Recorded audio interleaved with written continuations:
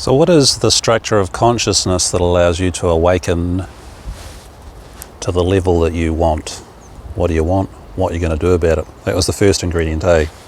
Now we're going to discuss the structure of what it is that is awakening, that is you, that applies to fixed rules, laws, prime directives, so you can measure that.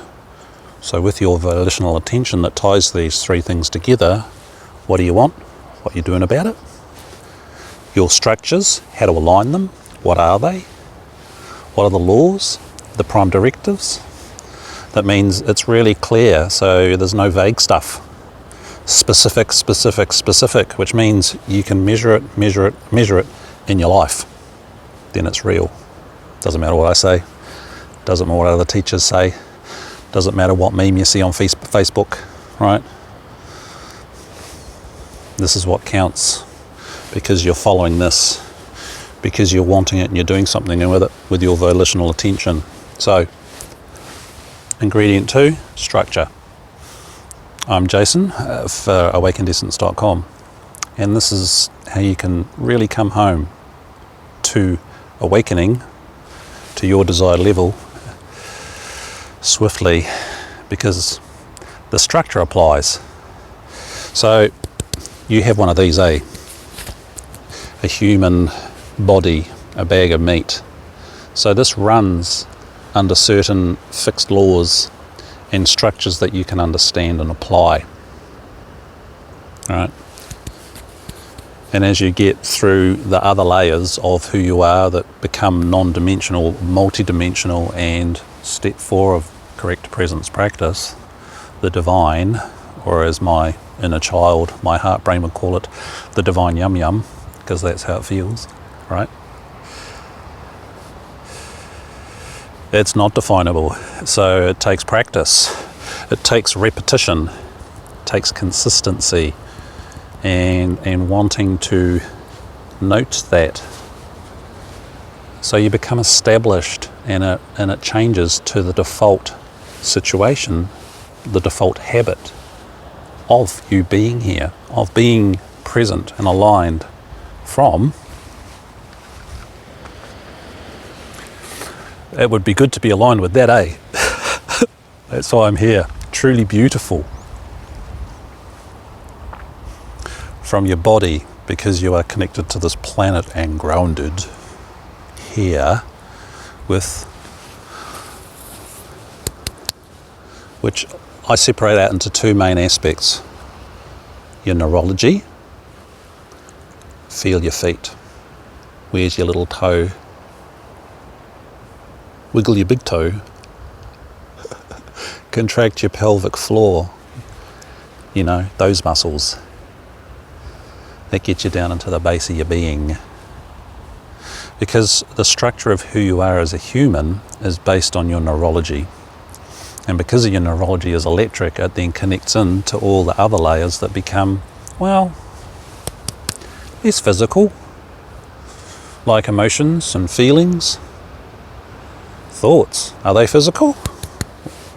Well, they happen in here, they happen in your neurology, right? And then it goes through your body so you can feel it, sense it, nuance it, right? So you have your neurology and you have your psychology. You have your identity mechanism, which includes your ego, and that's what your ego is. Your garbage, the stuff you don't like, that's just part of your psychology. It's not bad, it's just what you've got to work through, pillarate, blind spots and trauma and all that stuff, right? So you have your identity device, your psychology, your neurology, being aware of your legs. When you align these, it gives you the capacity to go through the structure of what it is to be connected from down there up to the divine. And the process I describe and teach here is what I call correct presence practice. 3 words, because they all have specific meanings. Correct. It is the correct way to do it because you can validate it and it works through your structures, which is what this video is about. Okay. So what is correct presence practice? It's not a thought. When I think I'm not present, I am. No. The correct way to do it is when I notice I'm not present, I check the steps. So, did you practice and do what I said before? Contract your pelvic floor. Where's that? Okay. I'm doing that just to indicate I'm doing it and noticing it. I'm feeling my body. I'm feeling my feet. I'm looking at the flora and fauna in this most beautiful place. All right. I'm here, grounded in my body. I'm in peripheral vision, which means my neurology is activated. From your neurology, you can sense and feel your emotions, your feelings, and presence, which is step 3. So, step 1, body. Get in there. How's your tummy? Feel inside your torso. What's going on? No need to change it. Allowing everything to be as it is. That's about as vague as we want to get. Allowing everything to be as it is. So if there's crap going on, notice the crap. Feel it. Contract your pelvic floor to get under it. That's a little secret. We get into this in the correct presence practice course. So, body. If you did it, you evidenced it. As you notice that, feel inside, notice the space. Can you sense your inner body, your inner bubble, your outer bubble? The concept of the inner body that Eckhart Tolle talks about. So that contains all of your emotions, all of your ego stuff, all of your feelings, all of your thoughts, your higher self thoughts, and all those other definitions that you may have. All right, your inner body. Step 2. Step 3 is the presence. The you that's the no you, but is still kind of part of you. It's within your control of your personality, ego, your consciousness boundary device. And we can split hairs whether that includes your lower self and your higher self with the big S or not. Because it's so non-dimensional, it comes down to your preferences. Right? And is the divine here? Step 4, and that will start happening as you practice presence correctly, relentlessly, as much as you can, as often as you can, until you open up your neurology, your psychology opens up and feels safe to allow the divine, to allow the infinite, to allow the nothingness and all those cool words. Step 4, divinity, your spirit, your soul, and all that good stuff. All right. This aspect of you is we're retraining it to align. And if you can hold presence with your stuff, with life, that will ground you here, and you will move into what I call phase 3, abiding presence, where it is here a priori, because your neurology can handle it. From your little toe, move your big toe. Did you evidence it? This is a doing. Do you want it? Right? Because this is the structure. And the structure is always dependable. So, big toe, tummy, be here, allowing everything to be as it is, without forcing, creating space, thinking space, using other people's theories, Words your guru or teacher says. No, test it. Pelvic floor. Right? That's how you know.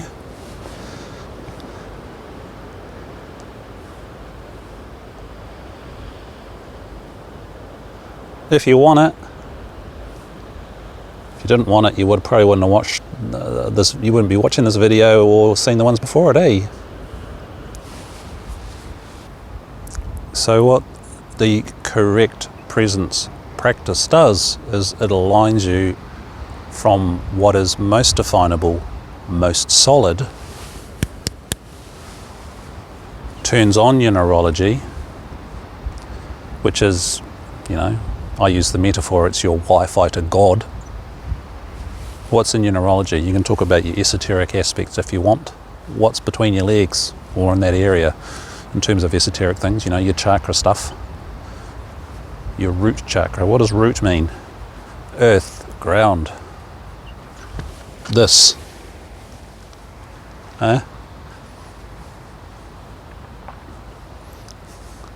So when you're in here and you're in your body,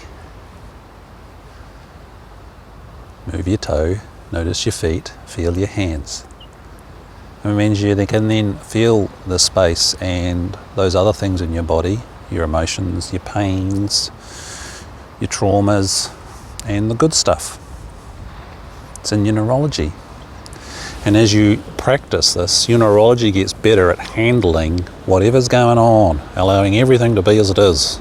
That includes the crap days, and it also includes the good days where most people just glide off and don't practice.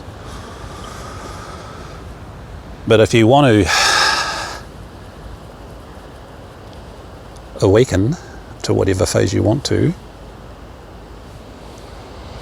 then you need to align yourself. And this is the structure. So, back to your pelvic floor, your body. What's going on in your body? Feel, notice, allow.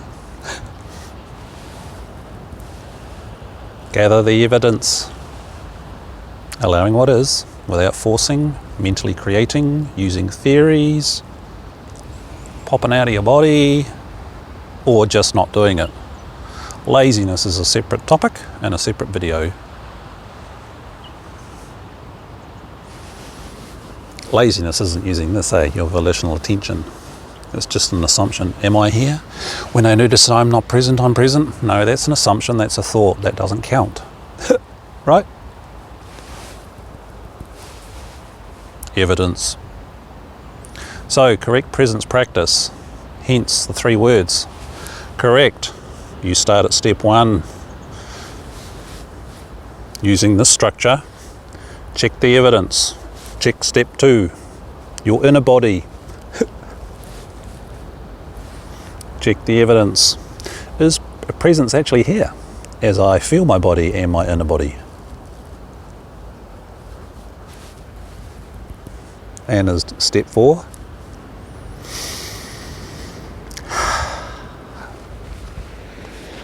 and it's a lot easier to feel it when you've got something like that to look at.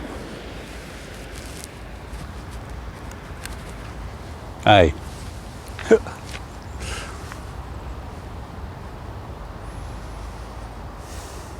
Notice your tummy. Check. So, correct. Method. Your evidence in your neurology, in your body and your inner body and your presence and the divine everything, nothing, if it's happening. It will with practice. As you deepen into the phases of awakening, becomes consistent, solid, visceral, and never ever leaves. Phase 4, matured abidance. Yes, it's a truism, it's always here, but that's not evidence-based, is it? This is why this is concrete and measurable. If you want it. If you just want to think it, that's great. That's also called the big long river in Egypt, in your little boat without a paddle, What's it called? Denial. or you can have evidence-based. So, correct presence practice, which is validated each time you remember you are not present, you check. And as you do that with your volitional attention, as frequently as you can, as often as you can, rada radi radi, all right, it becomes a habit. What is a habit? This is the key structure, eh? Your unconscious mind is your habit machine. Your unconscious mind contains your ego and everything. Your unconscious mind can read your DNA and, you know, your great-great-great-great-great-great-great-great-grandmother's trauma, which may be acting out in your life, or why you have a genetic defect or whatever, right? It includes all of you. It's not just belief stuff. DNA is just amazing stuff and very annoying. Anyway, so that's the structure. And as you practice, that's why it's called correct presence practice. Because you want it and you're checking it. It wears in to your psychology, your unconscious mind, so it becomes a habit. And one of the prime directives of the unconscious mind is it takes the path of least resistance. So as you wear this habit in,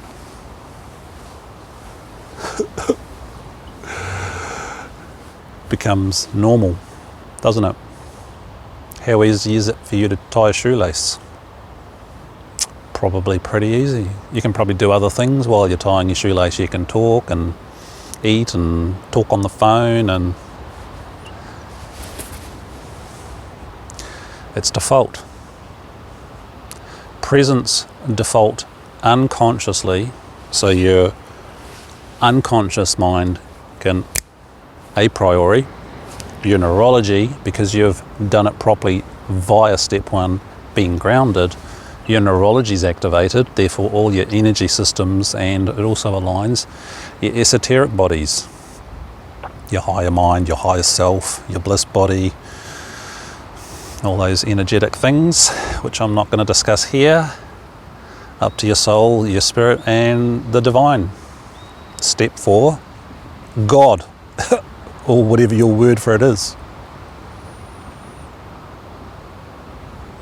But it's you, your chooser, your volitional attention, because you want it, that's being applied, that makes this habit work.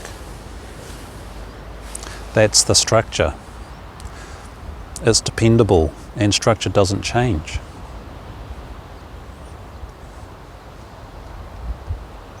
That's the basis of structure. How to do it more clearly in terms of the correct presence practice. There is the introductory course, correct presence practice course, and the much larger laws of grace where we get into the maths, because it is so specific. And the maths is fairly exact, although it's only a pointer and an indicator, because it evidences this. It evidences what is the structure, the 9-pillar framework. So you know, you can evidence it. You can see where you're failing or not doing enough. If you want it, that's the structure. Anybody can do this. That's why I teach the same 9-pillar framework, this same thing here, at Student Success Tutor to students, so they can get themselves motivated, understand what's making them tick, what's making them avoid their study, so they can turn their brain on and nail their exams and assessments and do well in life. That's what led to me being here, eh? Getting better grades. It's the same stuff, because it's the structure of how we work as a human.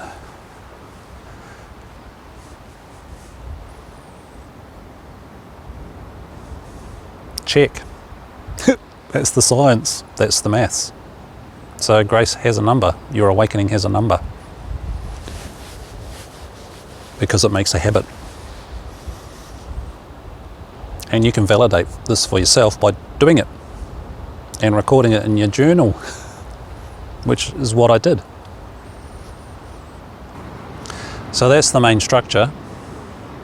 To get into the nitty-gritties, there is the 9-pillar framework. I would suggest you watch the introductory video. Ingredient 1, what do you want? What are you doing about it? This video, the structure. The third video, evidence.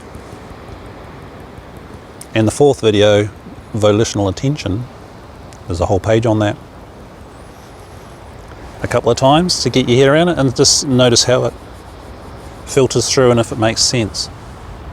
Because you'll need to test it over and over and over and over and over and over and over and over and over and over and over and over. Even when you hit phase 3, enlightenment level 1, abiding presence, because it's become a priori. Because it is a shock to your psychology, eh?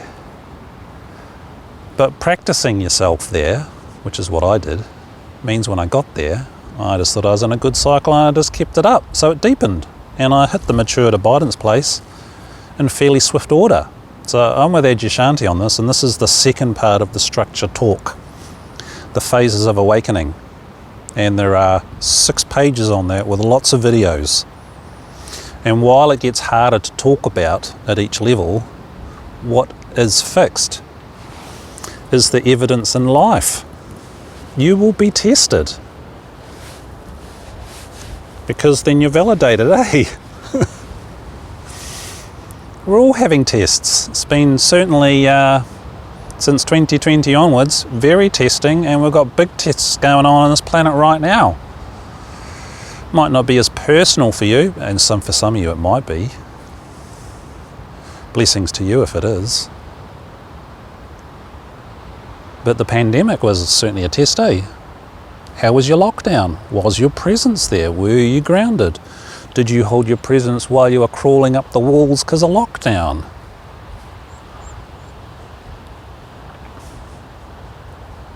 That's evidence. Ooh, I'm awake. I'm always awake. Well, were you when you were in your 3rd month of lockdown?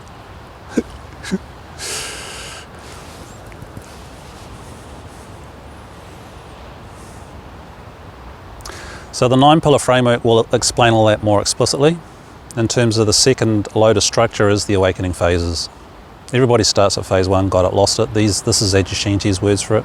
End of your world, book, video series, the whole thing. I agree with it, 100%. Phase 2, non-abiding presence, where your habit, your practice is working a reasonable amount of time and it's kind of easy, and then you still have the tough cycles where it's just an absolute grind. You get tested, eh? COVID was a test for everybody. It was an equalizer. Was it what? Okay. Phase 3, your neurology is working, open. Your psychology, your consciousness container, boundary device, your ego goes to that place where your presence entry is basically a priori, faster than I can click my fingers. That's when you know it's real, that's the evidence, and it just stays like that. Just if you keep the practice up. If you get lazy, your habit machine, your unconscious mind, which I've already talked about, will revert old bad habits, and people, you can lose it. You certainly won't progress if you stop. You will not hit phase 4 matured abidance if you stop.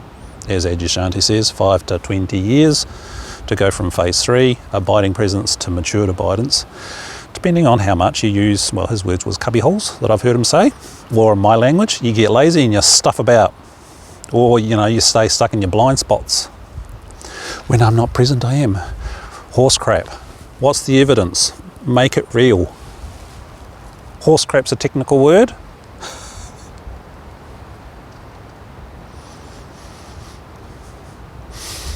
And that's the first cycle. That's the first cycle of the awakening process. Got it, lost it. We all start there. Yeah, you can have hundreds and thousands of awakenings. I certainly did. Oh, some of them were whoppers. Lost them all. That was the evidence, because I didn't know what I was doing. So once I started on the presence practice process, as described by Eckhart Tolle, 5 years.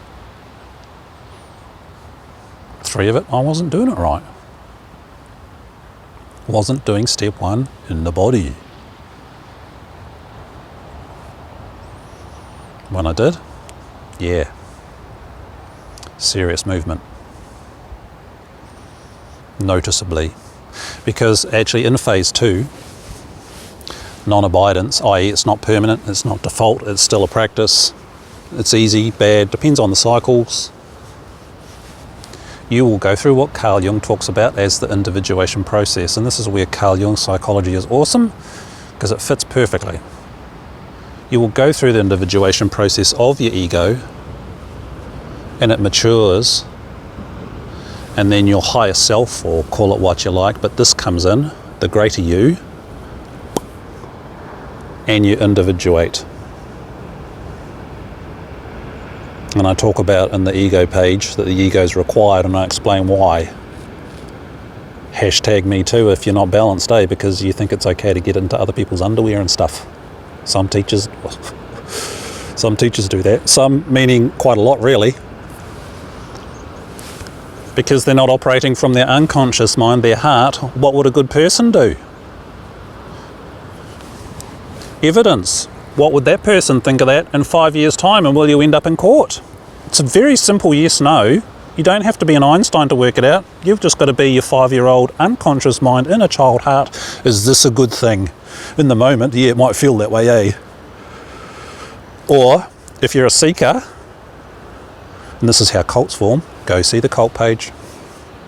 It's definable. You can define cults. It is a continuum. You want something so badly, you ignore the structure of common sense, which is pillar 9 in the framework. This is it, eh? It is all common sense once you get there, or once you get through the tests, or through that particular aspect. You will go, ah. This is why this is measurable, specific, and there is a number, which we talk about in the laws of grace as an indicator. A habit is a number, eh? Some people will get this habit faster than others, probably due to the fact they actually get on with it, and then some people are just luckier. You will be tested, and then it's just a matter of how fast you move through the phases, if you want to. I'll use a couple of technical terms here. Phase 1, got it, lost it. Yeah, you've had awakenings and you lose them. Well, that sucks, eh? That's what you want when you're in lockdown for your 4th month. I live in that city where we had some of the longest lockdowns in the world. I made the laws of grace with my feathered friends. Right? In my exercise time, under the rules, the laws that were given to me by my society. Being a good person. Okay? So think, reflect, test it. Test what I've said. Rewatch the videos. Does it make sense? And then throw out the crap. If something's vague, can you apply the specifics to it? Can you apply these specifics to whatever your spiritual practice is? And in the 9-pillar framework, that's actually addressed by pillar 9, common sense. What I talk about here is at studentsuccesstutor.com to help people do better in their academic pursuits and use their brain. The learnwhispering.com course, the Whispering 101, is completely modelled from scratch around the 9-pillar framework. Like, that is the embodiment of it. And the great thing with birds and animals is they live law 0. They live total truth. Or you bleed, or they run away. As I showed you in the introductory video, and what you will see in the evidence video with the koala. They don't lie. Because they don't have what we have, eh? They don't really have volitional attention, they're just structure. Unconscious. They don't have an ego. Yeah, they have a personality and character. Hello, flies. Notice that it lands on me. Nature. You observe nature, that's what it does. It lives law 0, even if it's brutal. You watch the videos with the parrots. You watch how they scrape and fight and bully each other. You watch how the long-billed corellas with their long beak stab the cockatoos. That's why they win, eh? Even though they're smaller. Nature will teach you a lot because it's honest. There's no deception, there's no agendas, apart from to eat, breed and sleep. And for some animals, have fun. Cockatoos, dolphins, etc. Dogs. What does your dog want you to fetch the ball? Because it's fun. We're all enjoyment devices, eh? We're all like just a little child, 5-year-old wanting to have fun. And joy is a really good measure. This love word, everybody has their own ideas of what love is, eh? It can be ownership, it can be, oh, you love me because you're doing it this way and you're presenting these things to me. Make it specific. If your awakening process to whatever phase you want to get to, follow the structure. The structure here works. This is fully aligned with Eckhart Tolle and Adyashanti and other teachers that teach the present stuff. I just make it exquisitely specific so you can tie it down to the month when you will hit phase 3 abidance and also phase 2 non-abidance, if you wanted to, if you followed through.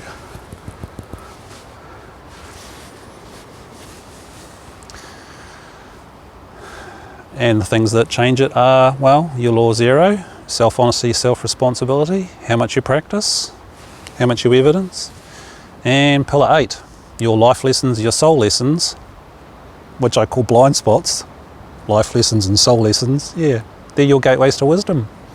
Because when you work through and pass that stuff you don't want to acknowledge, that stuff that's deeply ingrained, that's annoying, a lot of that can come from your DNA and also, you know, obviously your early childhood before your ego forms, from the womb onwards, heart, brain. That forms first in the heart, in the womb. It carries some serious garbage. Technical word, garbage. That's Mastery Club material, that one, or coaching. All right.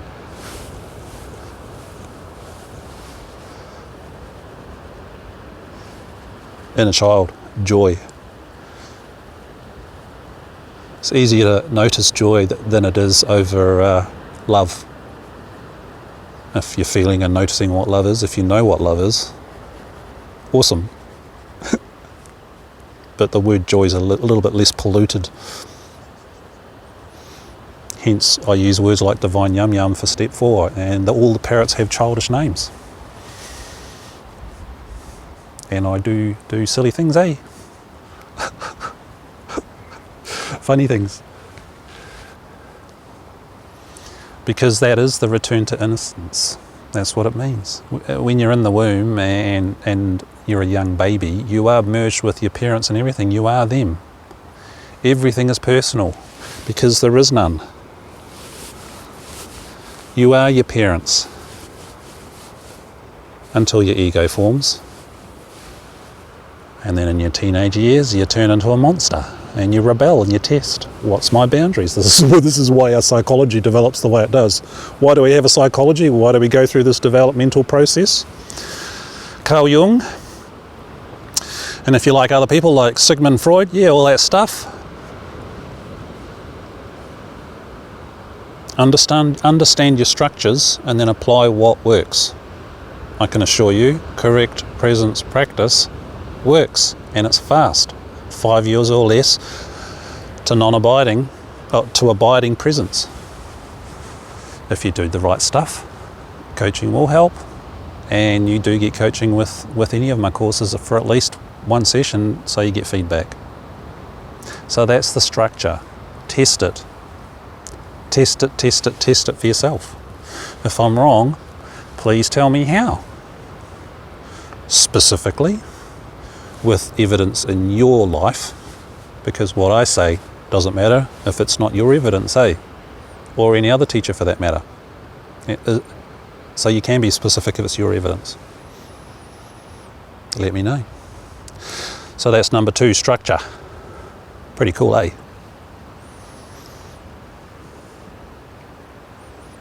Do what works.